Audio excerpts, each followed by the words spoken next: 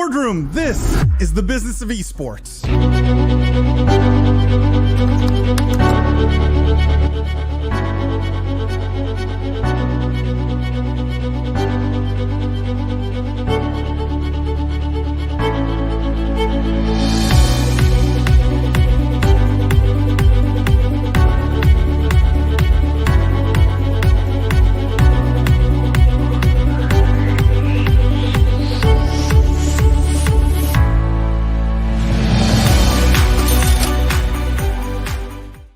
The worlds of gaming and esports are evolving every day faster than ever before. With YouGov's living data, you can probe into the real thoughts and behaviors of esports fans and gamers worldwide. If you're a team, a brand, an agency, or a rights holder, you should be talking with YouGov. They're partners with the biggest names in esports and the biggest brands all around the world, driving compelling results every single day. Check out yougov.com/BOE and schedule a call with YouGov today. From the keyboard to the boardroom, this is the Business of Esports weekly news show / post podcast live stream. I am Paul the Prophet Dawalibi. I'm joined today by my friends and co-hosts, the Honorable Judge Jimmy Baratta and Lindsay the Boss Poss. For those of you who are new here, welcome. What we do is we cover the most pressing gaming and esports topics and news of the week, but we look at all of it through a business and C-suite lens. We dissect, we analyze the business implications of everything happening in this industry. Best of all, we get to do it live with you guys. So if you're new here, welcome. We encourage you to comment, to ask questions, to disagree, to agree. It's a safe space. If you're listening to this after the fact, and I know the majority of you do, or the majority of you lurk, that's okay too. We still appreciate you being a part of this. How are you guys doing this week? I think Jimmy should go first this week since he's having a dramatic day. I'm doing okay. Just had some puppy issues at home. Dog owners know what that's like, but so that's why we're about 5 minutes late today. That one's on me, guys. I apologize. Lindsay, great to see you back on camera. Healthy, Yes. I hope. Getting there slowly but surely. I can't believe surgery was only a month ago. Sometimes I forget that's not that long to have, someone digging around in your knee. So trying to take it slow. It's good to have you back on camera. Guys, I just want to tease the podcast this week because we just finished recording it. Great episode with two guys from Bad Moon Talent. So Reed Trimble, who's their vice president of partnerships, and Andrew Drake, who's a co-founder and CEO at Bad Moon Talent. They represent a whole bunch of broadcast talent, content creators. They've worked with a bunch of brands. It was a really fun conversation. Both of them come, or at least Andrew has a very extensive gaming and esports background, having worked at Activision Blizzard for quite a while, and so a lot of interesting insights there on the talent front. Lots to unpack. I highly recommend everybody listen to that episode when it drops this week, or Friday, Saturday when it usually drops. So really appreciated having those guys on. All right, let's jump into some news, guys. We got high octane gaming news show this week. Some interesting stories. And I think we have to start with Fortnite because last week we did, I don't even know, 3 Fortnite stories at least. And Fortnite back in the news this week, although probably not the way they would have wanted.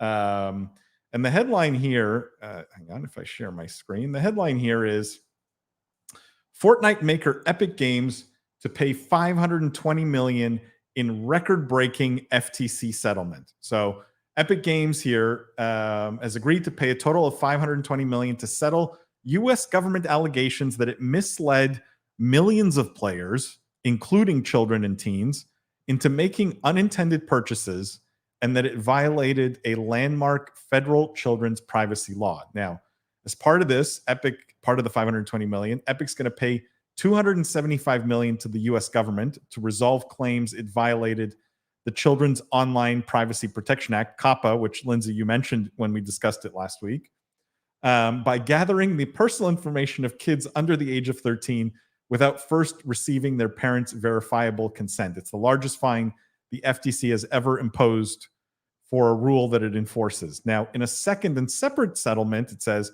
Epic, so the balance of the $520 million, which is a $245 million fine, Epic's going to pay $245 million as refunds to consumers who were allegedly harmed by user interface design choices that the FTC claimed were deceptive. So interesting here that, I mean, I find some sort of total aside. Let me start with, there's a little bit of like cosmic karma here with Tim Sweeney having tried to sue, Apple up the wazoo and sort of on this lawsuit kind of rampage, only to end up getting sued himself and I guess essentially losing here, and having to pay a lot of fines, $500 million in fines. But Lindsay, let's start with you here. What do you think of this? And if you can, tie it back to the conversation we had last week. And remember those accounts, those special 13 and under accounts. Does it all make more sense to you now? Oh yeah, Jimmy totally called it. So when it's his time, like he gets to have bragging rights for sure. The one thing I want to tie it back to though is we talked about initially, one of the things that we talked about those accounts is, oh, now it's possible maybe to advertise to kids that are younger. And there was like a whole joke about cereal and Fortnite cereal and stuff. COPPA is one of the biggest privacy protection laws that you don't want to mess with. And this is why. And I think I had noted that then, that the accounts that they make for children that they now designate as children, the privacy protections there will be stronger than a normal account, because historically there's actually real enforcement of COPPA laws, as there should be. So at least that tiny part I got right. And I still think that by segmenting out their younger consumers, they're doing themselves a favor in the long run. It's unfortunate, as usual, that this is a reactionary measure and not a preventative measure. I truly wish that more companies would think better strategy when it comes to dealing with regulations, and mostly when it comes to dealing with COPPA, because this is like the one you don't want to mess with. So I hope that other companies take note and actually put in preventative measures instead of having to deal with this. I think Fortnite's a little unique in that it obviously caters to a much younger population or much younger consumer regularly than other games do. But I certainly hope that they're able to use this as a strategy to build up a bifurcated audience in the content that they're giving. But it's really unfortunate that it's reactionary.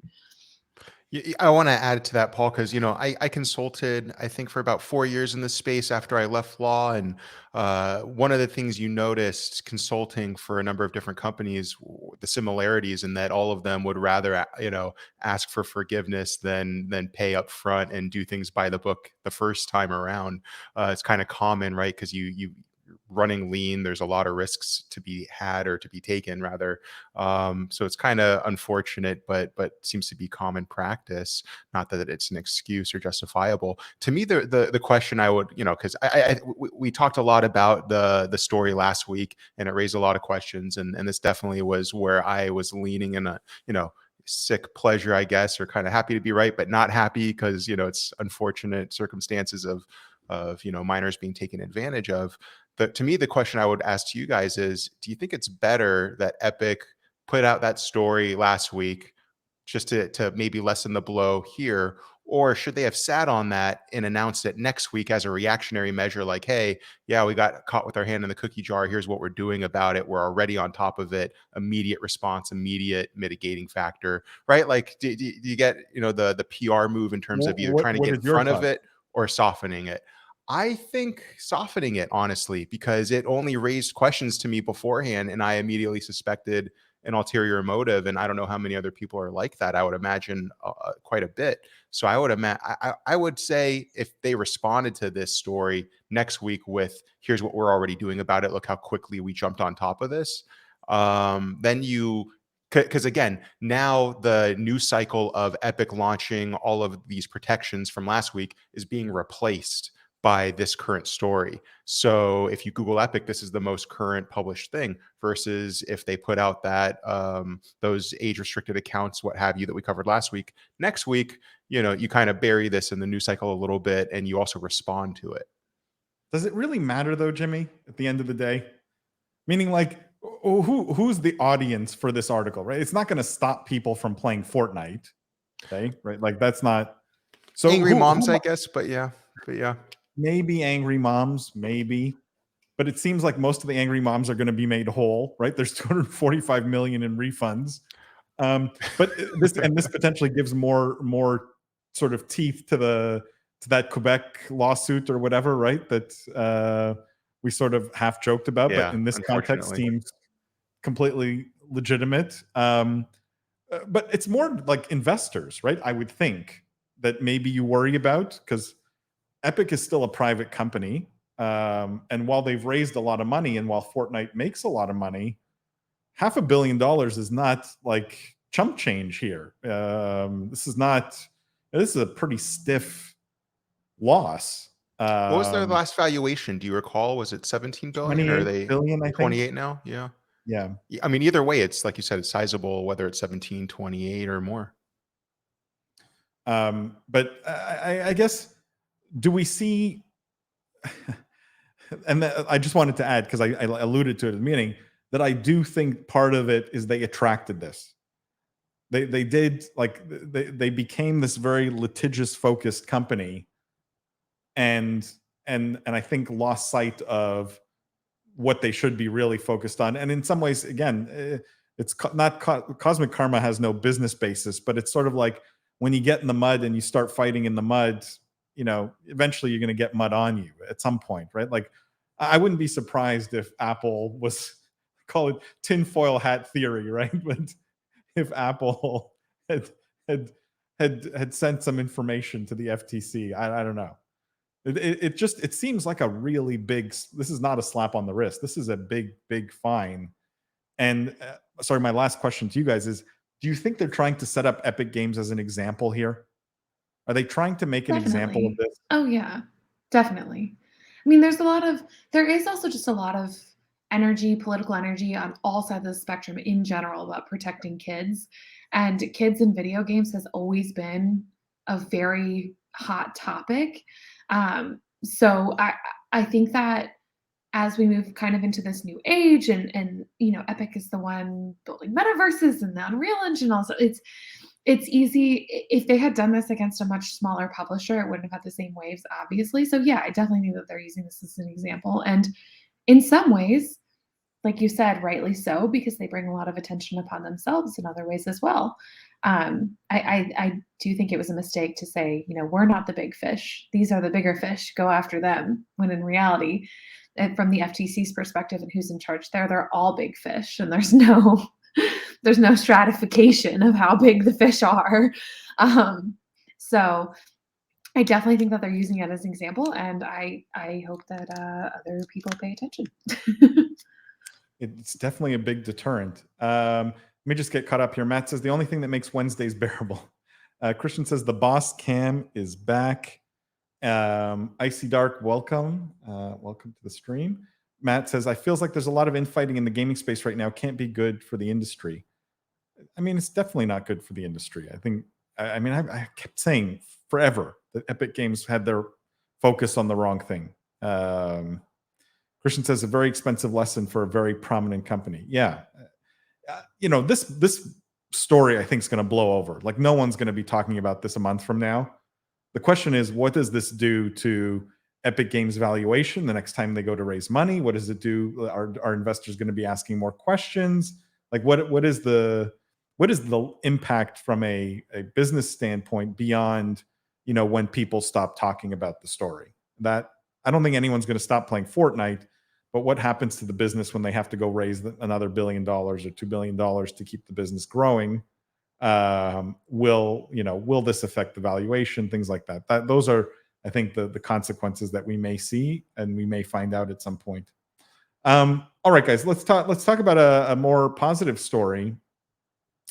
And Jimmy, you mentioned this when we taped the podcast, and I think it's interesting because it was definitely unexpected. I don't think anyone saw this coming. And the headline here is, High on Life is biggest Xbox Game Pass launch of 2022, Microsoft confirms. The new game from Rick and Morty's Justin Roiland is performing well on Xbox. It's the #1 most popular Xbox Game Pass title.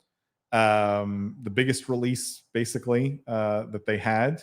And it beat out, obviously, things like Minecraft, Forza, etc. that on that week. On Steam, it doesn't rank in the top 100 most played games, but it's #3 on the bestseller list for games. And ironically, I guess, or not ironically, but on It's technically fourth because the Steam Deck hardware is number one. Now, the reviews say 7 out of 10. It's an interesting sort of single player, Rick and Morty style comedy game. But is this surprising, guys? And I guess the question I have is this a testament to it being a good game, or can we read into this and say maybe there's life for Xbox Game Pass launches? Like, the Xbox Game Pass is not just the place where old games go to sort of retire, but that it's a place where you can launch new titles with, interesting IP, and the reception will be incredibly positive. I don't know. Talk to me about how you think this serves Game Pass. Limiting the question, I definitely want to tackle that, but I want to broaden it too, obviously. Because I played Trover Save. You asked a few questions before you limited it there. I played Trover Saves the Universe, another title from Squanch Games. Loved it. So I was really excited for this to come out. And I do believe this is coming out on PC and PlayStation, if not already. I think maybe it's a limited exclusive where it starts on Xbox and then rolls out to other platforms. But anyone that's a fan of the Rick and Morty franchise in general, I think is familiar with all of the different IP that those guys are putting out. Some of it very, very good. Some of it not so much in my opinion. But again, having played Trover, I was excited for this one. I saw all of the marketing highlights and thought it was going to be really fun. Now to the point of your question on limiting it to Game Pass, I don't have Game Pass. Like I said, on the podcast, I like to buy the games and always have them in case they ever get taken off. Also, I just don't have the time to play that many games. So I feel like I come out ahead because maybe I buy one or two over the course of the year. I don't know. I think I have some friends that are only going to play this because it's on Game Pass and they're excited to. Me personally, I dropped the 60 or 70 or whatever it was without even thinking twice because I knew I really wanted to play the game and I thought it looked great. And the clips are really funny. Like the gun that you're playing with talks back to you and kind of reacts to the things you do in game. It looks entertaining. What I would say is I think the success of this game, I wouldn't necessarily attribute it to Game Pass, so that's definitely a huge contributing factor. I would say it also speaks to the need for great storytelling, which we continually support and speak about on this show. You can't have a great game, I think, without a great storytelling. Squanch Games and the writing team behind that are experts at storytelling, and now they're trying it out in new mediums. And hopefully I beat it over the weekend. We'll see what kind of time I have, and then I'll let you guys know if it lives up to the hype. But I would definitely say, yeah, Paul, one combination of limiting it to Xbox before releasing to other titles. You see that in music as well, where they'll be exclusive to Apple before going to Spotify. And two, I just think that the story in this looks really enticing, and I can't wait to dive in.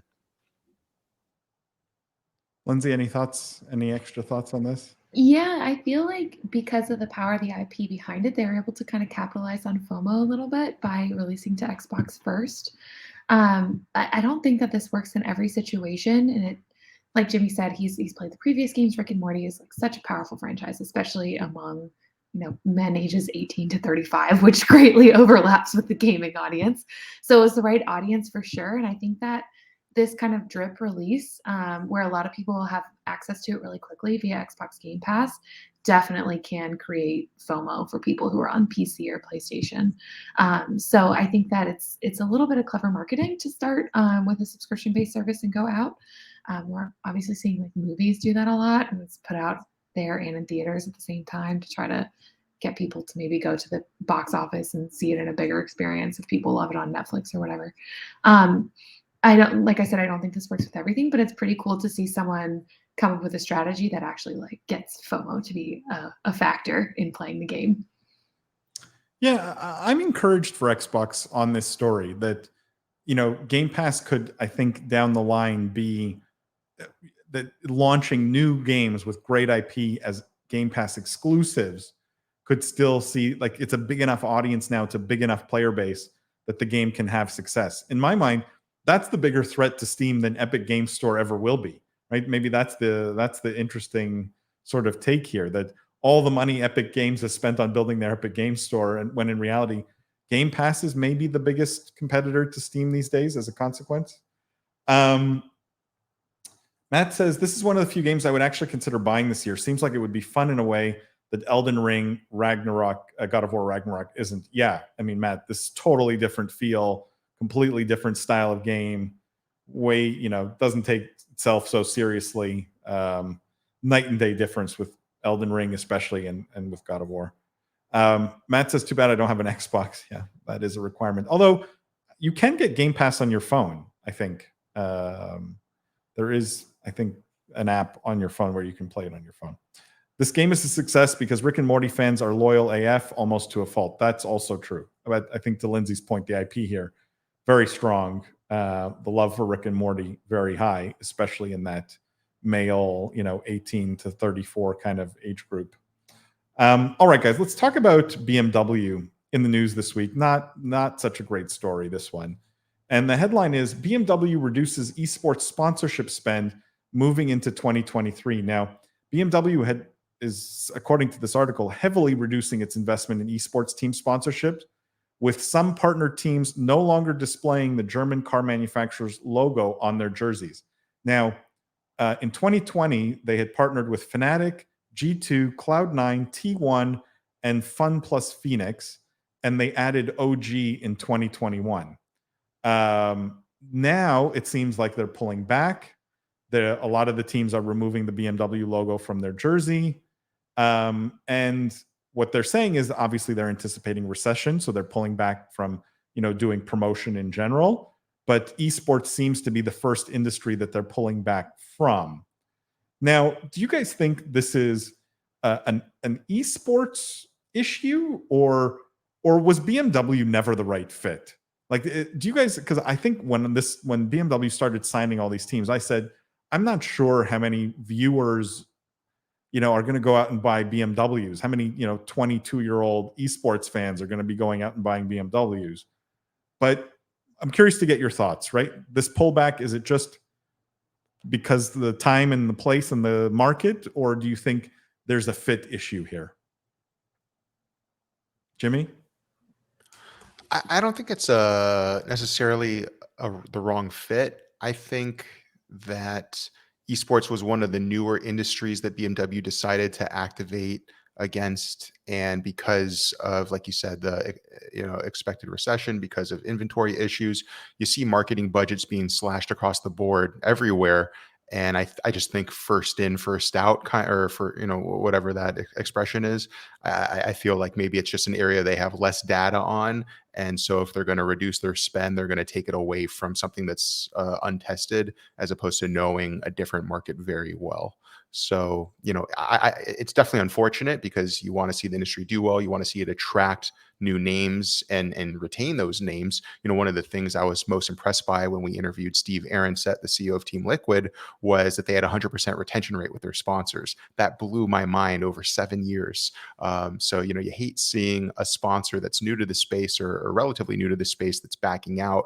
But I don't think it speaks towards esports, because even with video games on the decline, we had Jake Phillips from Stream Hatchet on the show a couple of weeks ago, suggesting that esports viewership was the only thing that was maintaining course or speed, even though viewership on Twitch overall was down to around pre-pandemic levels. So I wouldn't blame esports here. I think I would just blame the timing. But I'm curious, Lindsay, if you disagree. I think that you're definitely right about timing. I do also feel like we're entering a pretty big shift period for esports versus gaming at large. I think BMW probably has a better opportunity in gaming at large than it might have with specific teams. And this isn't a fully fleshed out thought, but just advertising mechanisms are getting better. In-game advertising is getting better. Advertising to people who play racing games is getting better. Like there's all kinds of newer things that weren't necessarily available even like pre-pandemic or just a year ago, where I think that people may start to shift their advertising dollars towards, because people are spending fewer and fewer advertising dollars. And that does concern me for the future of like professional esports and those kinds of sponsorships and partnerships. Like I said, that's not a fully fleshed out thought, and that's more of a 2023 trend to look out for kind of thing. I don't know exactly what I think about BMW specifically in this sponsorship pulling out. But yeah, I don't know, Paul, I'd be curious to know what you think. Do you think they were a good fit, Lindsay? Like, was there a good fit between the audience and the brand? I mean, you all know that I don't ever feel great about like luxury brands in gamers. I wasn't. I mean, I feel like medium towards them. I think sometimes they're awesome, and other times not so much. I think luxury clothes works well because that's attainable. Luxury cars, spending $500 to $1,000 versus $70,000. I don't know. I In order to confidently make an assertion on that, I would love to see what the demographics are like and who they're trying to target. Off the cuff, like initial reactions, it doesn't feel like a great fit. But I am open to being wrong about that, I guess, is the thing. Yeah, it feels a little bit like the pullback could also be just related to the type of activation, right? Like raw sort of 2020 or not 2019 when these deals were probably negotiated, putting your logo on a jersey maybe felt more valuable than today, where that has sort of is not as exciting anymore, and people are looking for more branded content and influencer driven kind of marketing and things that are maybe more integrated than just sort of slapping the BMW logo on a jersey. So part of me wants to believe that this is just a reset from we need to rethink how we activate, not a total pullback forever from the space.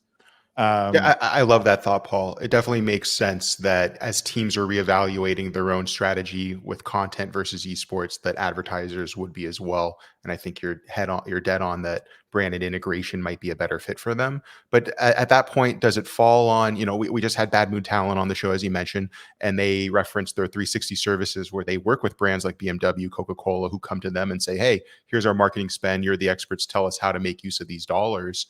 Would it make sense then that, is this on BMW to figure out, or whatever agency they're using to figure out how to better spend those ad dollars? Or do you think maybe it's on the leagues and the publishers that could give them more opportunities to be more seamlessly integrated?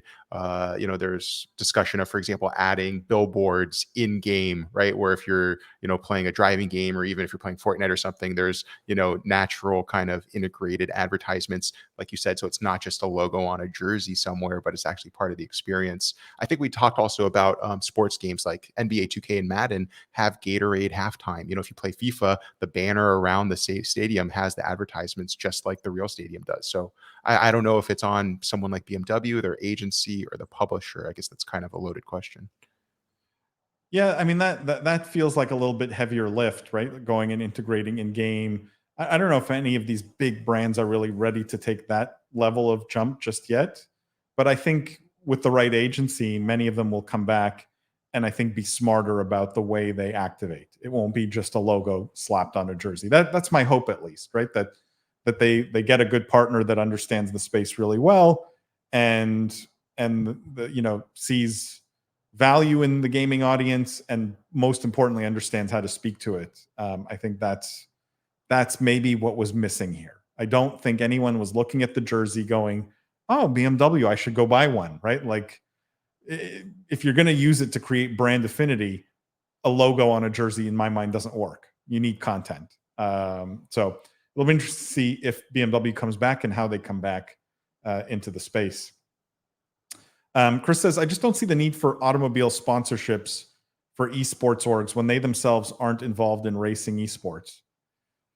I mean, I don't know if that's totally fair, because a sponsor could sponsor anything. They don't have to necessarily be involved in it. I'm not sure I agree, Chris, that just because you're not into racing esports, like only teams that have racing esports can have auto sponsors. That I don't necessarily agree with. But I guess we'll see what happens with BMW. Guys, before I get to the next story, I just want to say this live stream, this weekly news show, very generously sponsored by YouGov. YouGov produces the absolute best data on games, gamers, esports fans all around the world. If you want to access this very valuable gaming audience, you absolutely need to be talking to YouGov. You need to you need a partner like them that can give you actionable data that allows you to make great business decisions. Highly recommend checking them out. We have a lot of free data, which you can check out at yougov.com. I'll put the link in all the chats, yougov.com, all the chats that I can, yougov.com/BOE. That's yougov.com/BOE. Go show them some love. If you want to get in touch with them, can reach out to any of us. We're happy to connect you with the folks at YouGov. Chris says, I don't watch Liquid and tell myself I want a Honda. Agreed. But when you go out, their hope is that when you do decide to go buy a car, all of this sort of Honda advertising that you've watched, being a huge Liquid fan, may make you at least think about going into a Honda dealership. This is how advertising works. And I think it could work. I think you can use it to create brand affinity. I just don't think they went about it the right way. All right, guys, let's talk about what did I have here? Oops. WoW. Actually, I want to talk about WoW in the news. So I want to get your take on this, guys, because Race to World just really excited. is happening. World of Warcraft. Yeah. Wow. And the headline here, WoW veteran Chris Metzen is once again working on Warcraft. So Metzen's work as a creative advisor will first focus on World of Warcraft before contributing to other projects set in the Warcraft universe. So Chris Metzen, who's one of the fathers of World of Warcraft, is coming back to Blizzard after he departed in 2016. It was announced on Twitter. He's going to return to working on World of Warcraft, like I mentioned, but that it will expand. His role will expand. He was one of the original team members when the work on World of Warcraft began in 1994. So he really worked on it for 20 years and helped create the world that exists today in World of Warcraft. Now, he also served as lead designer on StarCraft, worked heavily on Diablo 2 and more. Obviously, the guy's a legend at Blizzard. And when he left Blizzard, he founded his own tabletop gaming company called Warchief Gaming. Now, what do you guys think? I obviously would love to spend an hour talking about World of Warcraft, but let's try and take this from a business standpoint, right? My criticism of Blizzard has been that they're not focused on the games anymore. First of all, do you think this is a return to trying to bring back some of the Blizzard magic, hire back some of the original people who care deeply about these games? Two, do you think it's crazy to put more dollars and effort into a 15, essentially 20-year-old game, if you count the development time, right? And three, do you think this hints at potentially a sequel, like a real sequel to World of Warcraft? This is why they're bringing back sort of the big gun. Okay. I'm happy to start because I think Jimmy started last time, but I actually was just listening to a podcast recently about how typically when companies bring back, it was in relation to the Disney choice to bring back Bob Iger. Typically when companies bring back the really big successful CEO, they see, like, studies have shown that they actually see worse results than the previous CEO. So with that coloring my judgment. Say why, Lindsay? It basically comes down to people often the break time that happens, systems change so much, and then the person tries to come back in and implement the old system that worked. And when I say systems, I mean like the world globally, not just necessarily like what's happening at one company or another. But things change so much, especially in tech, that the older person who had a really, really strong track record with a certain type of way of doing things, that has just completely gone by the wayside. That was there was a couple other reasons as well. And I listened to this about 3 weeks ago. So I can send it if you want to hear it. But anyways, the point is, with that coloring my judgment, I don't think this is going to like save WoW. But at the same time, WoW has not been unseated.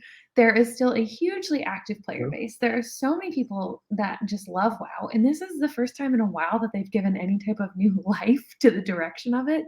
So I'm at least excited about that. Maybe he will be the one that shirks the trend and is super successful. In general, I think we've all on the show for years now been aching for Activision Blizzard to bring in some innovation, to try something different, to think about any type of new strategy that could be interesting to its fans that are very loyal through, again, getting very little out of it. So from that perspective, I am excited about this. From a historical perspective, I am less sure that this is going to be a smashing success. I like it. Jimmy, what do you think of Lindsay's theory? Bringing back sort of the sort of, not star, but the heart of the operation, Well, I think it's interesting the stat that these companies tend to do worse when that happens. So I mean, is that commonly known? Did they analyze that and agree with that? I don't know. I can't tell if this is them trying to recapture the magic or just hiring someone who's the best experienced person for the job because, who better? It's interesting. I think the last time we talked about WoW was when they canceled WoW Mobile, right? With that developer where the contract, I think, was terminated, and we all had our different suspicions because WoW Mobile sounded like a great idea to some of us, maybe not to you, Paul, but I thought it was a great idea. And so I wonder if this is really the makings of a sequel, or maybe they're going to revisit WoW Mobile. Would they be better off spending that money into new IP? I think they need to do both. I don't think you can have IP as successful as WoW and fail to continue to iterate off of it. I don't think that means more expansions, right? I think, like you said, a sequel, maybe exploring it on mobile or through a different, first person perspective or a non MMO. Like, what else can we do with these characters in this universe? I don't know what that looks like. I'm just saying you have something that a lot of people care deeply about, and you've really failed to attract, I think, younger audiences, because I don't have the time I used to have in 2005 when I was, waking up and spending every hour grinding. But they got to do something to get those younger audiences back. So I'm interested to see what they put out. I hope they revisit mobile, and I hope that they look into non-MMO genres, honestly, because if WoW is associated with it, I will probably take a look at it. Yeah, that was the sort of the little teaser part of the story, right? I'm sure the PR person who pitched the story made sure to say, make sure you mention that he's going to be doing other things too than just WoW, because it makes you believe that there's other games in the works, which I'm doubtful, but I guess it's possible that they have absolutely new games in the works. I think what is most scary for me is how this gets up the hopes of WoW players, right? Because the WoW players are either going to be in for the biggest, gift, surprise, positive surprise of all time, or it's going to be the most soul crushing, like if they just come out with another expansion and the expansion's terrible, and we find out that he's the one that worked on it. In some ways it's risky, right? You got a lot of people's hopes up that the star is coming back. It's risky for him too, because there's a lot of expectation. He left a hero. I don't know. Maybe he comes back the even bigger hero, but maybe he doesn't. And I think that's an interesting. You got to credit Chris Metzen here that he clearly believes in his ability to do something interesting with this franchise. Otherwise, I don't think you would come back. I don't think you would risk sort of the reputation you've built to come back and do something just mediocre or just another expansion or something like that. So I'm excited. I'm excited what he brings. But I don't know if the rest of Blizzard sort of is up to the task of whatever Chris Metzen's vision might be. So that'll be interesting to see. Guys, I have one last story before we wrap up here. And that is, God, why are my stories all out of order? This is an interesting story around Free Fire, Garena Free Fire, which is a big mobile esport. And the headline here: Free Fire esports viewership fell more than 90%, but why? So the Free Fire, according to, I thought this article flew under the radar. This story flew under the radar. So Free Fire World Series 2021 Singapore holds the record with 5.4 million peak viewers. It was bigger than tournaments like TI and League of Legends World Championship. However, they just finished the Free Fire World Series Bangkok, and it had peak viewership of just 354,000, which is 90% off from the peak viewership they had just 1 year ago.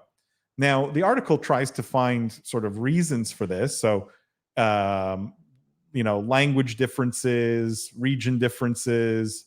It could be that they're losing essentially footing in places like Latin America and Southeast Asia, where PUBG Mobile is gaining a lot of steam. So it could be just competition for mobile esports. But the Garena Free Fire game, their parent company, reported $1 billion loss in the last quarter, laid off a bunch of workers. 15% of the game's staff in the Shanghai office were let go. So I'm curious what you guys think might be the reason for, you have a mobile esport that is played by many, was reasonably very successful, I think by any measure, put up big numbers last year, and then all of a sudden falls off. Do you guys think this is maybe the nature of mobile esports? Do you think it's just competition from PUBG Mobile? Like, what do you chalk this up to in your mind? This is Jimmy, definitely a tough one. Definitely a tough one. I played Free Fire. I had a company that partnered with them and did a little bit of work over there. It was very popular, right? And it was funny because I had never heard of it, and we were like, oh my god, this is the number one game, in this region, and something I never heard of. I downloaded it immediately. I think I won my first game, and then I never played again because I didn't, want to get thrown into harder lobbies. It was actually really fun. It kind of felt a little bit like a PUBG meets Fortnite ripoff. But it was fun. It was interesting enough to keep my attention. If the drop off was something more reasonable, Paul, like 20%, or not even reasonable, because 20% is massive, right? I think anything over 8%, honestly, depending on what you're measuring, is usually where I start to take a deeper look and say, this isn't just natural attention being lost. It's like you have to do something intentional to lose that badly, is kind of how it feels. So otherwise it's out of their hand, and maybe there's a governmental explanation or something else, but it just 90% is not organic to me. It seems like something is intentionally being shut down or off over there. Not saying the developer themselves are destroying their own game, but I don't know enough about these other factors. All I know is, that raises a lot of red flags, and I wouldn't put all of the blame on on PUBG being better or another title or them not doing enough with esports and marketing. Something doesn't ring true there, right? But I haven't educated myself enough to really go beyond that. Lindsay, your thoughts or theories? Yeah, I don't want to, like Jamie said, this is such a big drop off. I feel like there has to be a reason out there that's the lion's share for it. A couple weeks ago when we were talking about mobile games, and I had that comment like, well, there's a lot of good movies. Why don't we stop making movies then? And how basically the point was that consumer attention just jumps from thing to thing to thing to thing. I do think mobile esports has to consider that. I think that when you're talking about the structure of mobile esports, I do expect it to be more cyclical, which I think has some advantages and some disadvantages. The advantage is that there's always a new way to hook an audience, which is nice. The disadvantage, obviously, is it's much harder to build up those legacy audiences that stick around year over year. That's where I think the power of creators really comes in. So it's like if you are a mobile esports professional, then you probably have to be a pretty dynamic individual as well to make sure that your audience actually sticks around.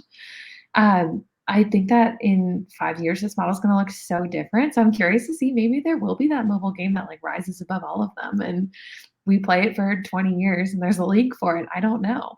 But as of right now, I think we're definitely in an economy like a mobile games economy where people are jumping from thing to thing to thing. So I'm not super surprised that the one that was massively popular this year isn't massively popular that next year. Surprised at like how much that dropped, but I guess I'm not surprised by the loss in dominance. I'm surprised by like the result of being at the bottom. Like this wasn't just like a little shift. This was completely over. But in general, I think it says a lot about the structure of mobile esports. Yeah, I agree with you, Lindsay. I think, but I'll take it one step further and say I think this is where they'll struggle. That it's too easy to just replicate something on mobile, right? Like the differences between first-person shooter games on mobile are basically non-existent. They're all the same, right? You tap the same button to shoot. You like the graphics look about the same. The platform is so limited that I think all the games are basically just copycats of each other. So if you're trying to build an esports scene around that, it's not that easy. I think the other thing I forgot to mention, which was mentioned in the article, is Garena C, which is the parent company, owned a streaming platform called Booyah, which they shut down.